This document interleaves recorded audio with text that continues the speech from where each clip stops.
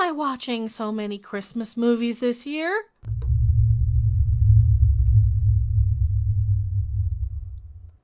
No, really. I've never been big on the holiday, never really cared that much about it, never had really a good one, probably won't this year, and I worked retail for a good decade, more than, yes. If people wonder why I cover the gray roots, retail mostly. Hello everyone, I am Mecca Random 42, the one, the only, the original, your favorite YouTube consumer advocate, Scrooge Harpy. And apparently I've been watching all these Christmas romance movies for some reason. So the other day we watched the gay, lesbian, wham and lesbian Christmas movie with Mackenzie Davis and Kristen Stewart that I cannot remember the name of. But it was something. And today I watched another one that is something, Christmas something, Christmas, who knows, whatever. Oh, and it's a Lifetime movie. Yeah, it's a Lifetime movie.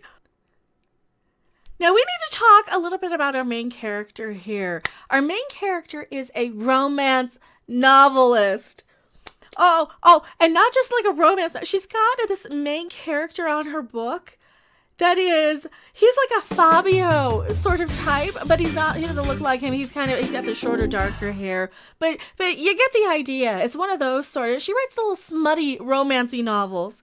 And she's basically fallen in love with this super idealized Mary Sue, Gary Stu, as it were, version of this man in her book. And her editor here, and I know what you're thinking. Mecca, what is she drinking? Probably water. I know you're probably thinking it's vodka, but you know what? It's not 1960. They probably aren't drinking in the office in New York. Even in New York City. Yeah, maybe they are. Who knows? It is the Christmas season, and I think everybody needs a drink right about now. The editor's saying your book doesn't work the way it is. He's too perfect. You don't know what real love is. You just have this idealized version, and that's why you're single. Because, yes, this is a Lifetime Christmas romance movie. Of course she's single. Of course she is. She's a smutty romance novelist. I guess it would be, oh! It's 50 Shades of Grey. But the 50 Shades of Grey lady, she wrote Twilight fanfic and just adulted them up a little bit and gave them a little bit of a twist. All right, so the whole plot of this movie is our main character, Izzy, decides to, and convinces her editor to say, hey, give me a deadline, let's push it off. Who cares about it? It's a Lifetime movie of the week, sort of. It's one of their 20 million days of Christmas movies. You get the idea. You know what's going to happen. It's a romance Christmas drama about a romance novelist. You can smell this movie coming a mile away. So our main character, who's huge on Christmas, convinces her editor to let her go away for the Christmas week to rewrite her novel because it's trash, basically. It's just garbage. The guy's too perfect. She doesn't know what she's talking about with love. So the editor, she finally convinces, and she's had 3 deadlines, too, that have been pushed back. So for a Christmas book. Now, this is what's weird about this. It's supposed to be a Christmas book, but she's taking off Christmas week to write it. Unless this is going to be like for the next, they didn't make that really, really clear if it's going to be out like this Christmas or not, because they pump it up as this big, it's coming out for Christmas and you need to, your readers, we need this out. But you can't even get it printed. I guess they need a year in advance for it probably, or something, because that's what we're going to assume, because, you know, like I said, spoilers, and I might say some things out of order even. Warning, this is a spoiler alert. The following information may contain spoilers. You have been warned.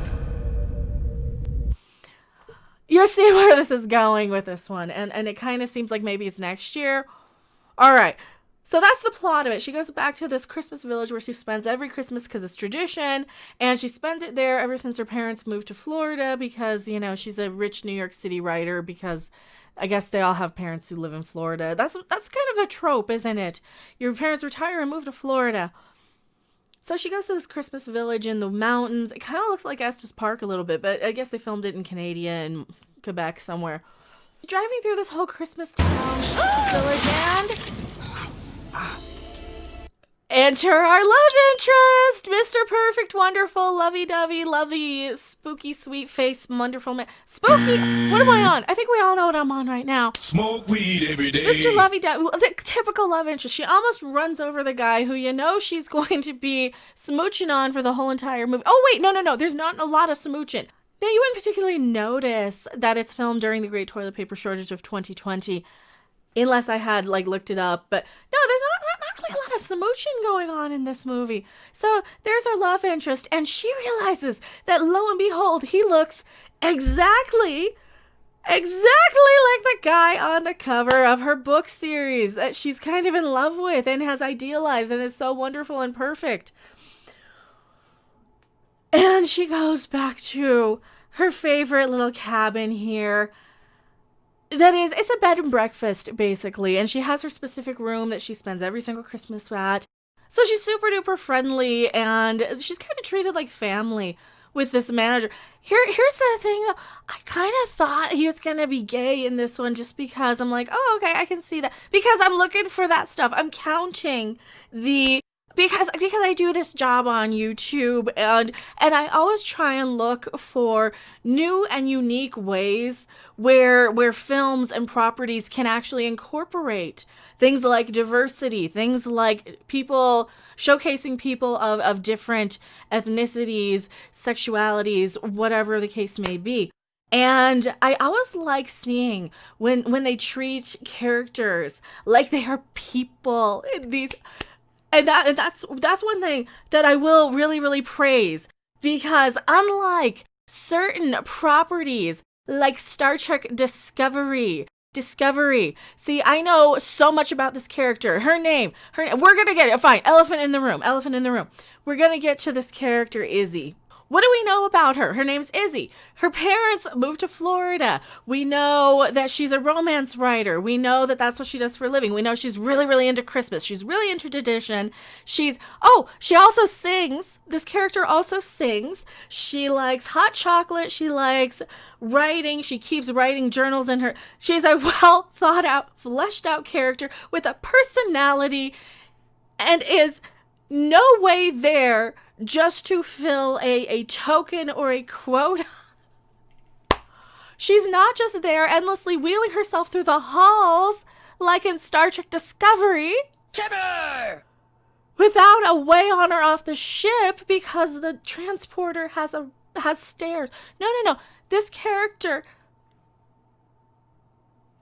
This is how you do actual diversity. And why was I kind of guessing that the hotel owner, the manager guy, was gay? Just because I was just looking for it. I was looking for, okay, let me see, because clearly I saw the cover on the thing, and I saw what the picture of the movie looked like when I was flipping through, and I'm like, oh, what's this going to be? Is this going to be a good way to represent people? Is this going to incorporate things? Is this going to be an exploitation movie? Because I have a huge collection of exploitation movies from, the 1930s and that time period. I have the Hilton sisters, the conjoined twins. I have their movie. It's called Chained for Life.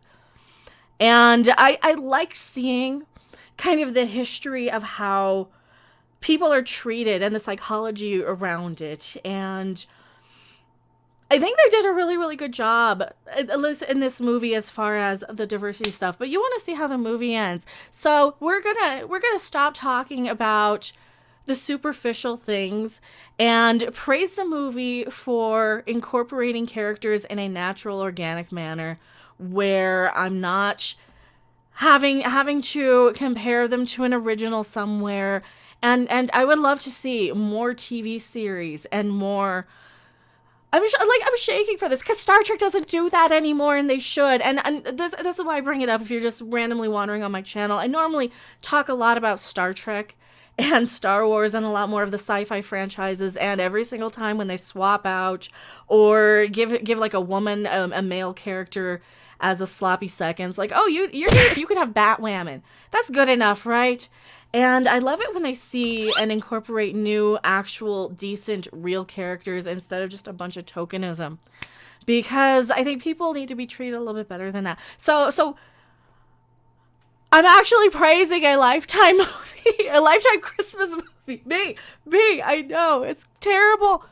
But you guys want to see how the movie ends. So enough of the interrupting it, because they really didn't. And I think they did a really good job of it. So Izzy, we know so much about her. Here's the problem with Izzy, though.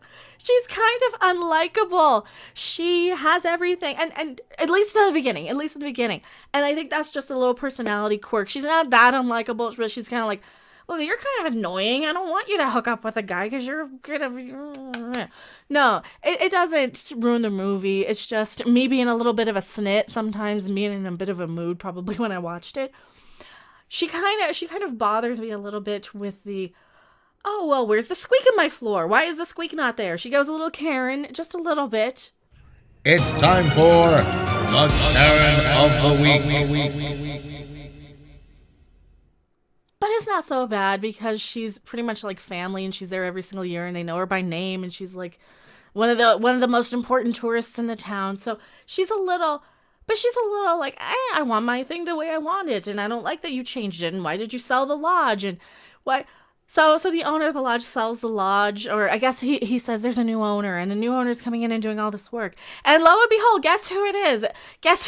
Surprise, surprise. Mr. Wonderful. Mr. Wonderful. He is not only the one going around fixing and changing everything, he's changed the name, he's also, get this, big surprise, I know, shock, horror, he's the new owner of the Christmassy lodge that she likes staying at. And he renamed it. How dare he? Right? And he's also the son of. So I was wrong. Old lodge owner guy, not gay. Oh, don't worry, though. There is gay diversity in this. The sister, I think, is this the sister of Mr. Wonderful? Who I guess nobody ever mentioned was there. Or she never met before. I glossed over that. She's super friendly with everybody, but he was like gone off in Seattle managing another hotel. So he was gone, and I guess she didn't know them that well, but little tiny plot holes for a Lifetime movie. We're going to forgive it because it's a Lifetime movie, so we're grading on a curve. Of course, he's the owner's son, and he's, of course, the new owner now. He's going to take over, and he's going to change everything, and so she's super mad at him, but she's super in love with him because he's gorgeous, and he looks just like the man in her book. Oh, but wait, there's more. He's got a kid. Oh, but this kid is also a writer, so they bond. Izzy and the daughter bond because they're both writer chicks. She catches Izzy spying on Mr. Perfect, Mr. Wonderful there by taking pictures. Oh, what game are you playing? Can I play? How do you play it? Oh, you find out and guess all these things. So she guesses all these things about him that are completely wrong because she's had years making this up in her own head.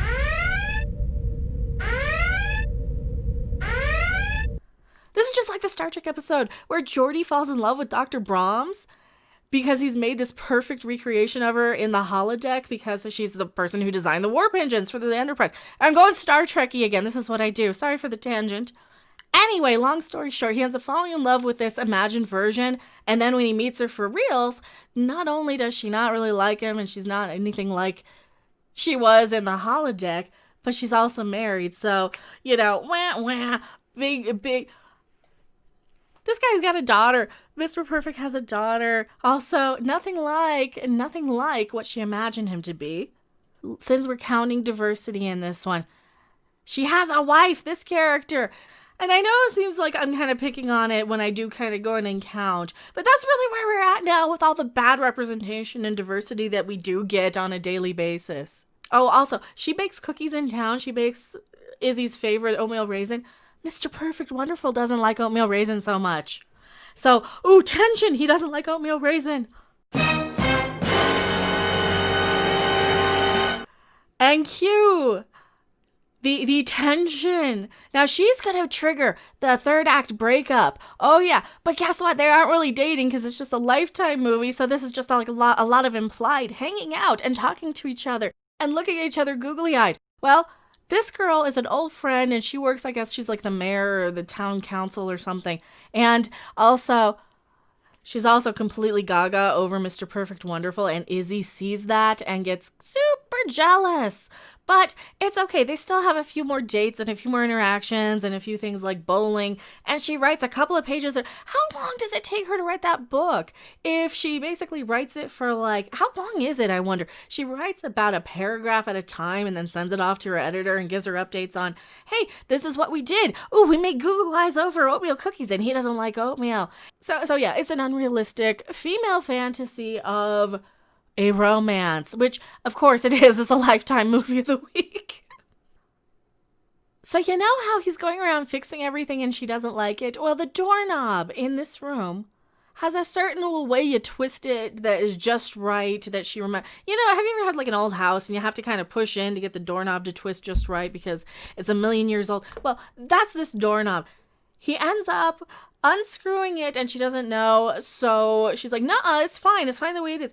It pulls off in her hand, and then they're locked in because the hinge is on the other side. So they have one of these where it's supposed to come across as a much more romantic sort of encounter, being locked in this room. This is kind of where a lot of the romance falls apart for me in this one, because it seems like a lot of missed opportunities. It seems like a lot of failed attempts to kind of get together. It seems like a lot of, yeah, and then we had this awkward moment where the doorknob came off in his hand. And, oh yes, this is important. This is an important, imperative scene to this movie where they get locked in this room. Also, while they're locked in, his father was out sledding with his daughter and he ends up spraining his ankle. So there's this whole awkward dialogue about, oh, don't you have anybody's number memorized? No, I just keep it on my cell phone. And his cell phone's in the other room. And it's a romance movie. You get the idea. This movie does kind of take a long time to build up these little moments where they're supposed to be bonding, but it doesn't really seem like it. And they make the main character as likable as she can kind of sometimes be.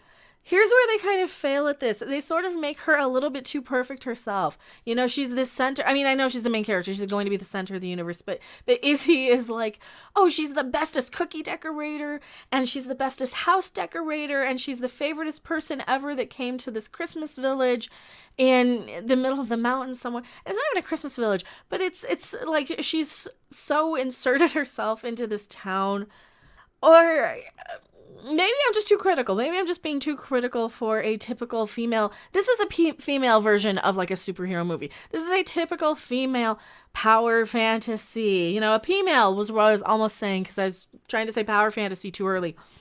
It is a typical female power fantasy to be loved and included and wanted and welcomed into these things, and to be told your stuff is good, and to be the chick that wins out against the competition, and to be, you know, that is, and to get your extension if you're a writer.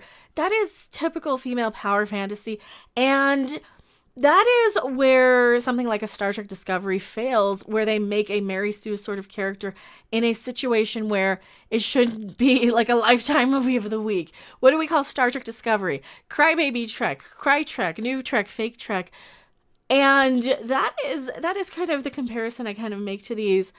This is where I've seen this before, this type of stuff in Star Trek recently, where you have kind of Mary Sue characters who... And she's not even that bad of a Mary Sue, but I was just making I'm kind of stretching a little bit just to have some more of an informed critique on what I'm watching and kind of relating it to. I'm rambling, I know. I'll get on with it.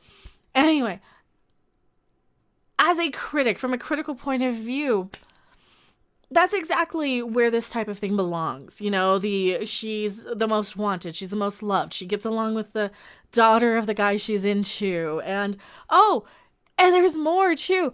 They even get to the scene, the conversation where, oh, so her mother, oh, she's dead. Oh, good, thank God she's dead, so we can move on. She handles it a lot better than that, but that is the perfect response. If you're a woman and you are in the dating market and you see a guy who's you're kind of into, or you're thinking about being into, you don't want baby mama drama. That's one thing. So they don't even make the girl out to be that. They make her out to be super perfect. She doesn't get mad. She's super accepting. And she's even the one that convinces the dad to get together with her because so they bond over this journal because they're both writers. And she's like, hey, I write my thoughts down randomly. Here, you can have this journal. Why don't you keep it? And the girl writes down in the journal, oh, my dad was sad. He had a broken heart because he lost his queen and I'm the princess. And he found his queen. And the princess loved her and fell in love with her, and he fell in love with her, and they lived happily ever after. It is a power fantasy. Your power fantasy is that you want the family to be accepted. You want the parents of the person you're into to... That is exactly what this is. And this is where you do it. You do it in a Lifetime movie of the week. You do it with new and unique characters. You do it with new and interesting characters. There is a little bit of a rivalry between these two, but she does try and make friends knowing that, okay, but they do set her up as the other woman too, so she's not even that horrible as like this love triangle. Oh, I'm going to get back at the other woman because she's into my guy. But we do have the other woman sort of, she sees them hug. She's like, oh crap, I'm really, really into him. They haven't even really kissed. They've barely held hands. And this is where we get our little third act breakup. She sees them hug after a night out where she's supposed to be writing, but she goes out anyway. Yeah. She never gets any writing done in this movie, Izzy. I mean, so she sees that they're old friends. They hug. She's like, oh, you guys are perfect together. I'm going to go. So Izzy drives home. She leaves early, doesn't even stay for Christmas. Gets on the phone with her editor, and her editor says, hey, no, you don't get to not have a happy ending. She even wrote a not happy ending in her book in the first draft anyway.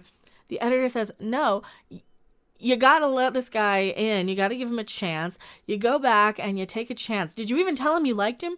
No. That was one of the problems with this. It is so PG. They don't even tell each other they like each other. Like I said, they barely hold hands. They don't even kiss.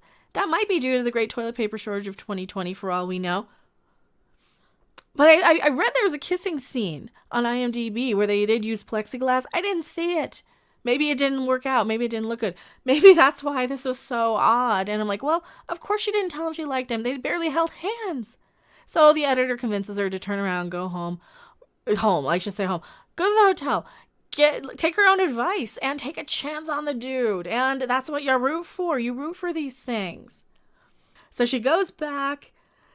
He says, why did you take off? I texted you. She's like, oh, I just needed to take some space here. And I had finished my book, but now I'm back. And I saw you kissing the other girl. And he's like, oh, I have no feelings for her. Oh, but she has feelings for you. And I kind of admire the way she handled that. You know, it's like, yeah, I see that she has feelings for you and I'm going to go. But sometimes you want to fight for what you want. You know, sometimes you got to get in there and say, hey, I don't care. You're the one I want to be with. And that's such a female. I know I'm such a girl sometimes and I hate that. And that's why I don't like these movies because they just make me feel icky. They make me feel dirty for watching them. Also, of course, Mr. Perfect hands her the doorknob that they were stuck in the room because that was such a big, huge, pivotal romantic moment. That's his Christmas present to her, the doorknob. So clearly a woman wrote this because that's like such a super sentimental thing, right? Guys, pay attention. That's the type of thing. Women like the little stupid, super sentimental things. And they lived happily ever after. This was the most diversitiest of the diverse Christmas movies, and they did it right. And I don't have to rail on it for that. I get to say, yes, this is how you do it. You know, pay attention the rest of why is a Lifetime movie of the week getting it right for that? Movie not terrible. I mean, it's probably as good as any Lifetime Christmassy sort of movie. It's about you'd watch it in the background. A little heavy-handed in the drama stuff, not funny enough. It should have been funnier. I think the Mackenzie Davis, Kristen Stewart one was a little bit better because it was a little funnier, and it was like super gay too. So I think that one just had a little hand up. Probably like a 5 or 5.5. Give it a 5.5. Tell me what you guys think in the comment section below. I am Mecha Random 42, and I will edit this down to less than 40 minutes. Bye. Thanks for watching. If you liked it, make sure to hit that like button. And if you want to see more, don't forget to subscribe. See you in the next video. Bye! Merry Christmas, you filthy animal.